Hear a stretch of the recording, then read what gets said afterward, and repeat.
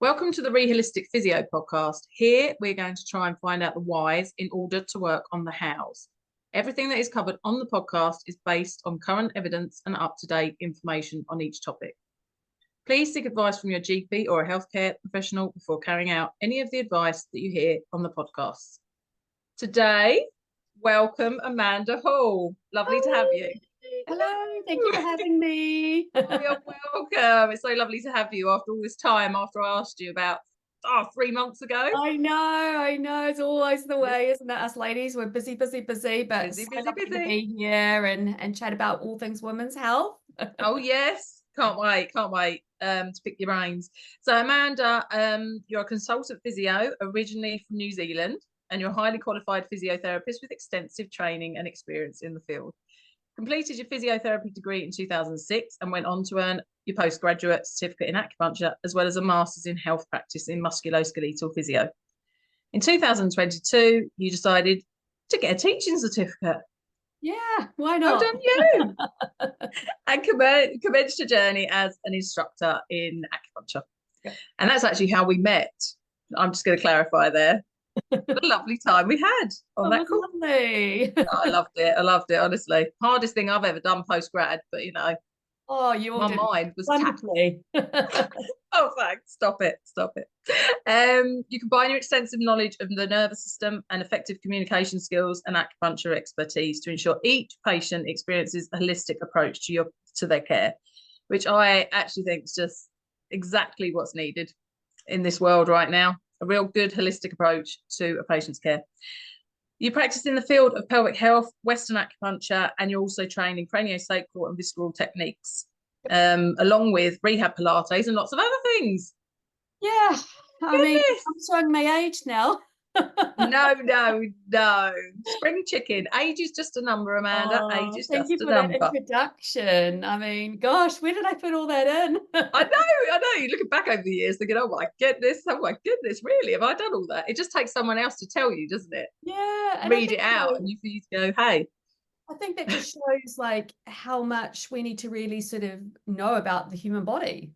And I don't claim to be good at everything, but over the years, as we've discussed, I've really come to understand the nervous system and how the nervous system is very, very important for all things women's health, but not just women's health, men's health, rehab, well-being. So when we use that term holistic, it's used everywhere, isn't it? Oh, it is used a lot. It's used a lot. And I think, it's a nice term. I think it's a loose term. But I think we also need to be quite specific about what we're talking about when we use that word holistic in regards to the care that we provide as first and foremost physiotherapists, but also, thinking about that sort of complementary well-being of our patients we treat, which is really lovely. And I really enjoy it. So yes, thank you.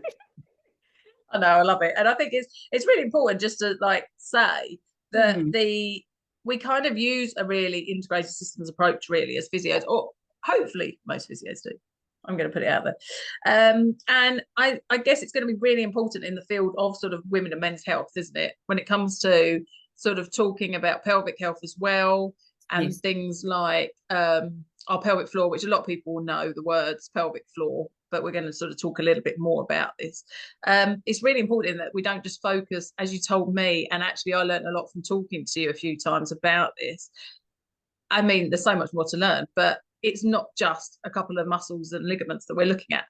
Actually, in the grand scheme of it, it's a huge process of things, and we need to address it like it is one part of a very big process.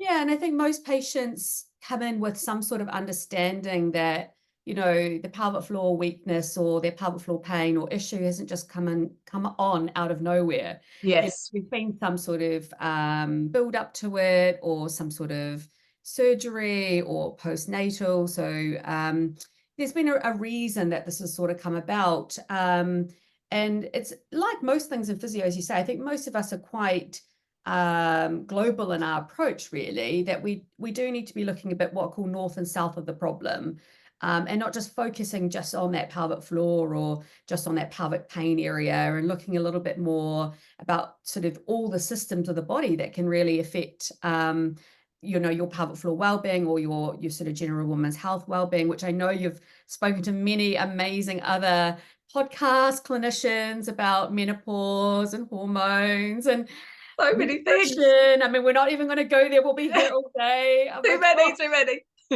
way too much, but you can listen to the other ones about that.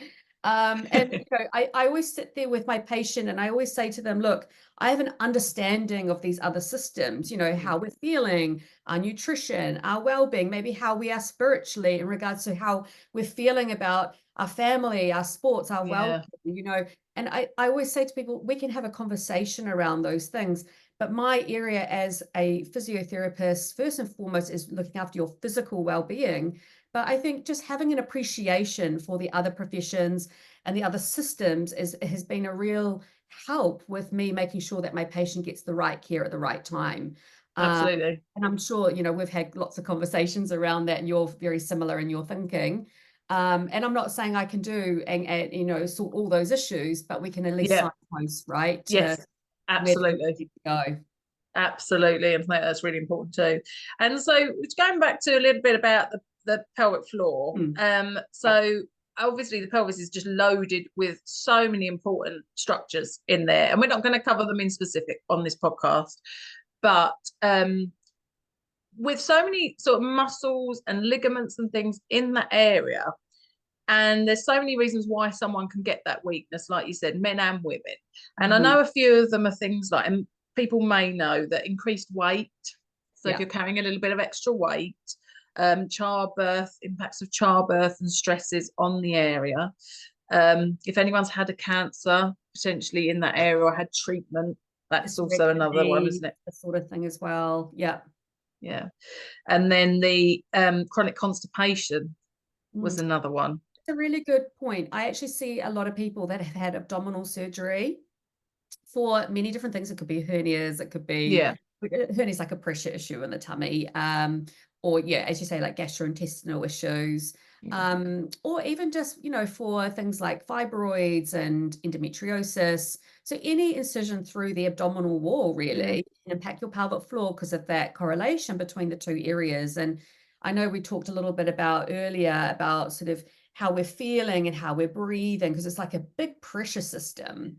So that's going to impact how the muscles are also working and functioning. So if you've had any abdominal surgery, that's also going to affect the pressure, and potentially, not in every case, but it can affect how those pelvic floor muscles work and operate. That's a really interesting point that I think actually people will learn, listen and learn and maybe look at that a little bit more.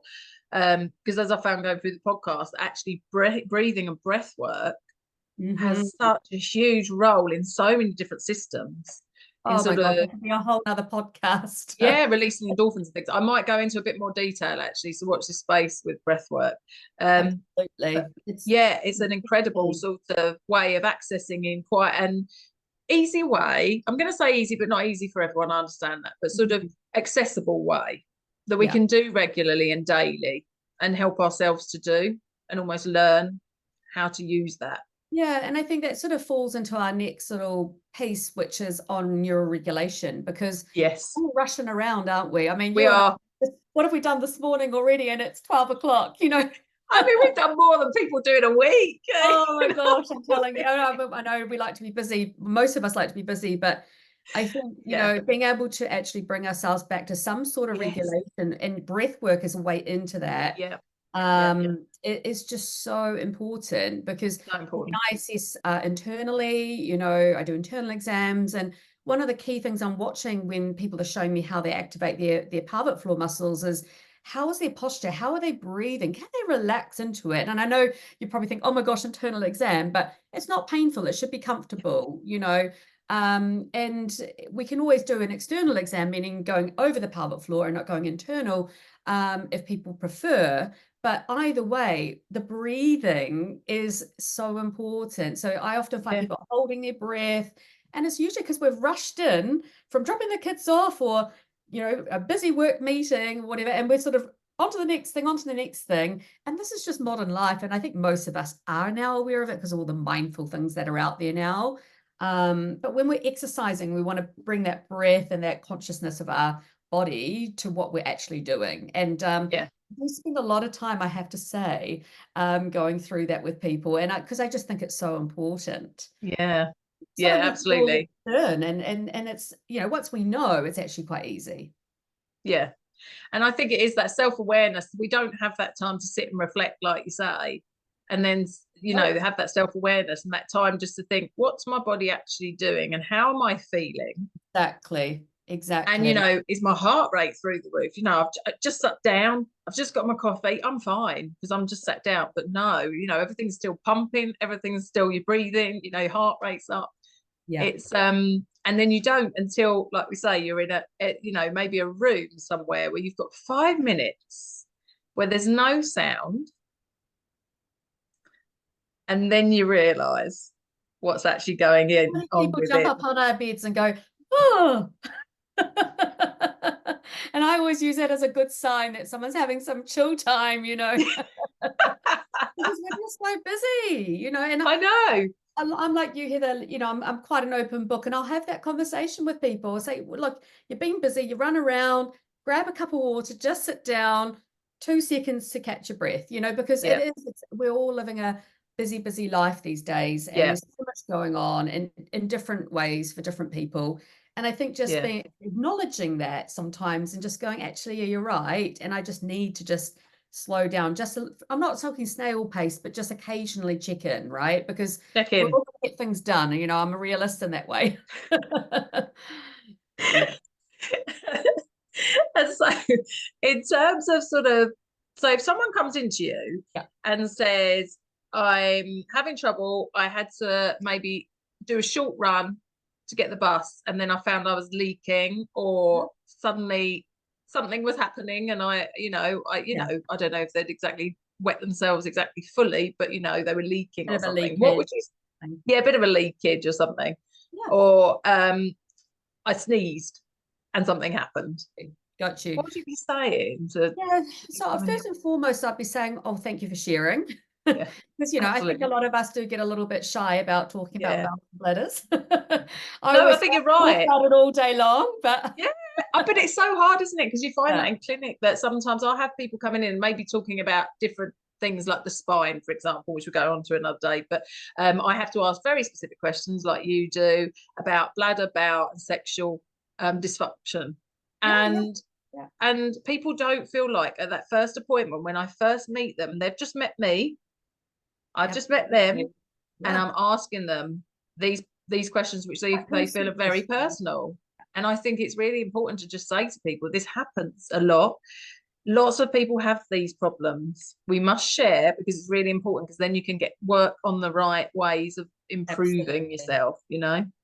Yeah, well, it's creating that safe space to talk about these things, Absolutely. isn't it? And I think when people understand why you're asking the questions, then it can be a little bit more free flow. And, you know, actually most people are quite, you know, by the time they get to me, they're quite happy to speak about it because it's really affecting their daily life and their Yeah. quality of life. And, you know, and I think it's just bringing that normalization to our conversation about these things in a nice, safe space. So yeah, first of all, I'd definitely say thank you for sharing it because often people don't. They do feel a little bit, you know, well, I can't talk to my doctor or I can't talk to my physio about or clinician about this. And then obviously I'd ask a little bit of history around, you know, what's maybe happened in the past. Has there been any sort of surgeries, any childbirth, any trauma? And I use trauma as a loose word for like any injury, you know, any sort of falls on the pelvis, any impacts, that sort of thing. And you know, would probably then move forward to a bit of a full holistic exam. So going back to what we discussed earlier, I sort of look tip to toe or head to toe, I should say, and just have a look at pressure, have a look at posture, because that affects our breathing. It affects the pressure down on the pelvic floor. That could be causing some leakage issues. And then we might move on, not in every case, to an internal exam, which we'd discuss, get consent for. And I would then be very interested in their activation. So how do they contract those muscles and are they able to find those muscles first and foremost? Because Yeah. some people don't know what I'm talking about. So we have to sort of discuss that. Yeah. And then also just see how strong they are and see how if there's any pain or any tightness as well around those muscles of the pelvic floor. And you can test externally, but also internally, as we discussed earlier. So from there, we'd probably discuss what I find. and I'm just breaking this down really quickly. And then depending on what I find, would discuss, how they are emotionally, how they are with their breathing, how they are with their alignment. There's quite a lot to go through for one session. Yeah. So we might break that up into a couple of sessions as well. But from there, I would then give some good exercise advice, get people going. We've got different apps we can use these days.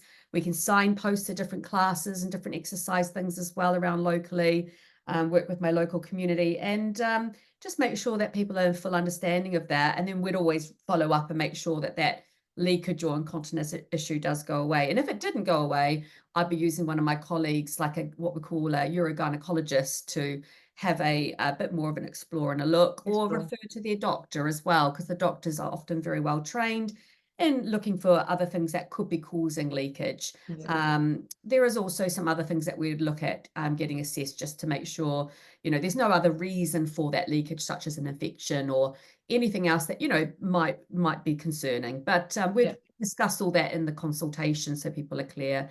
But from a pelvic floor point of view, I'm looking to make sure that you can find it, you can contract it, you can relax it, and you can use it functionally, because there's no point in just lying on your back and doing these good, lovely Kegel exercises. We want to be using this with life. And that's very, very important to me. I always say to people, because they look at me thinking, I'm lying on my back here, Amanda, what am I doing? This is not good.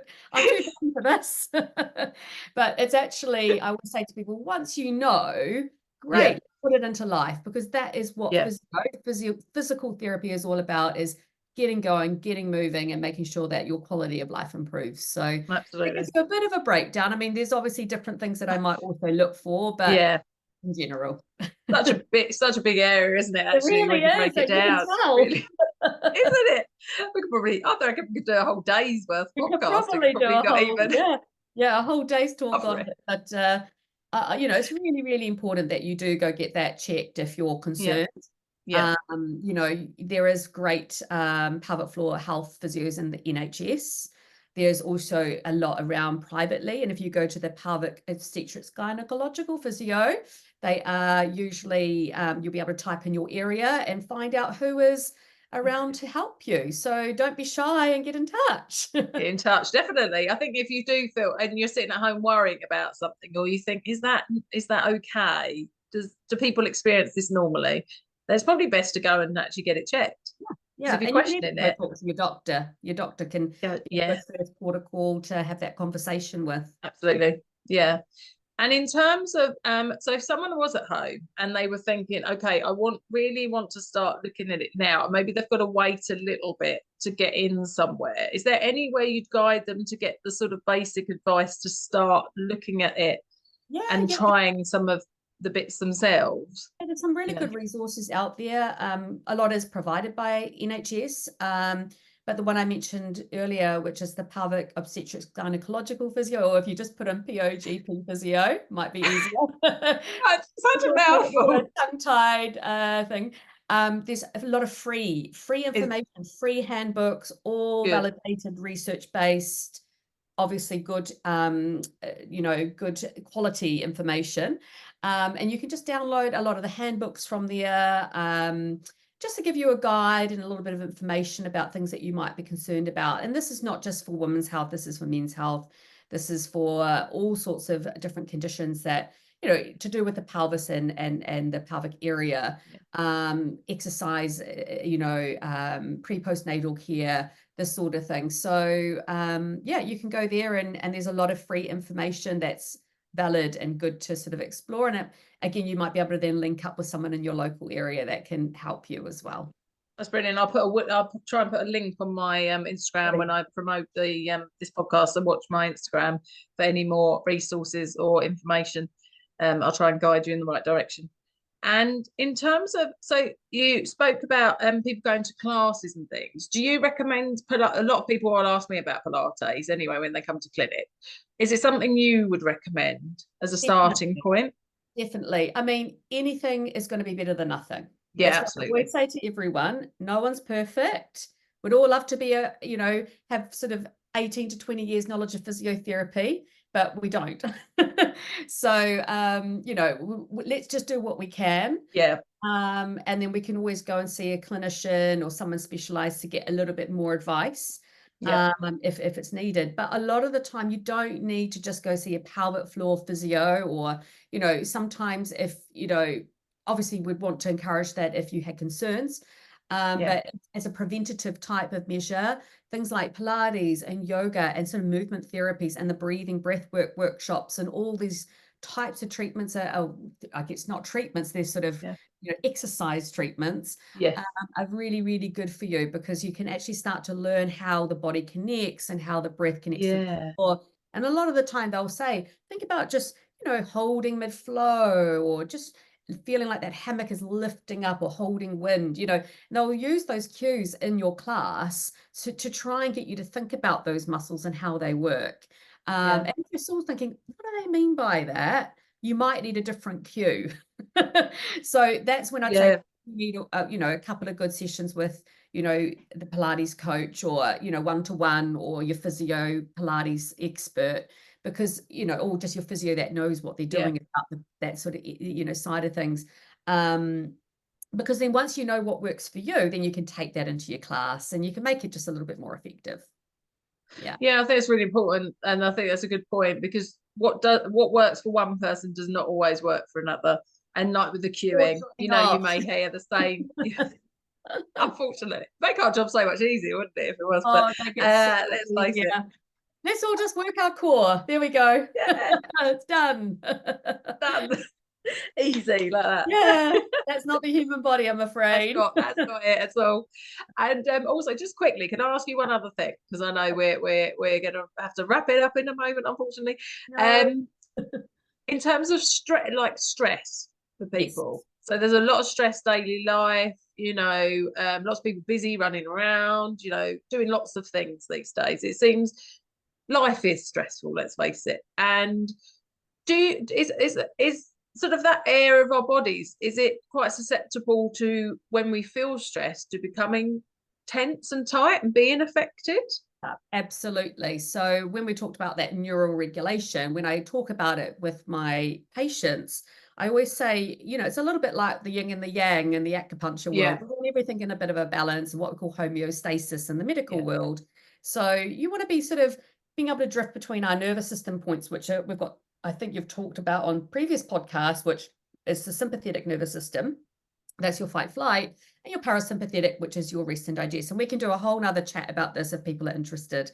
Yeah. But basically what I'm trying to do is balance out those two, so that you can actually come into a state where you can be in your body, you can relax, you can feel your ribs moving, you can breathe through your diaphragm, you can be conscious of your state. So when you're exercising, you're actually building some support and stability, foundation wise inside.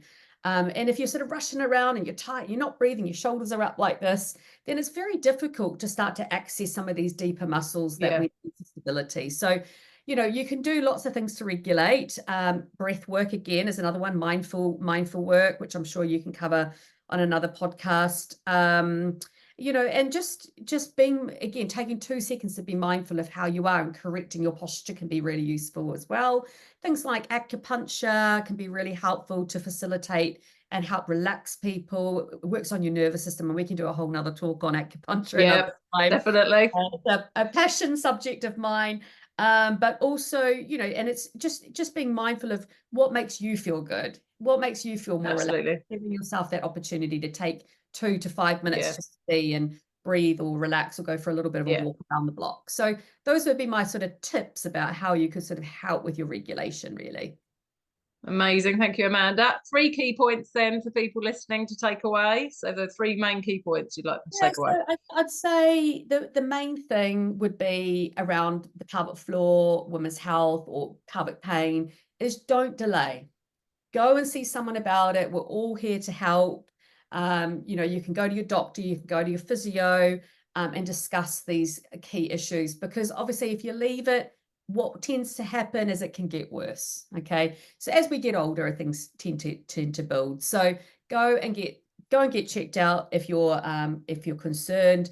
The other thing would be probably just to take away that sort of fact that you can do your own sort of mindfulness breathing work taking that into your day, making sure you put into your breaks as well. And then also, yeah, just having a look online at that link that you're going to post later of some free information, and maybe start to think a little bit about how can I start to incorporate my pelvic floor into my walking or my exercise class or whatever it might be. And if you're still not sure, go and see someone to get a bit of professional advice, because it's well worth it. Thank you, Amanda. Lovely to have you on. I'm sure we'll talk Thank again. you so much. It's been great. It has. Thank you.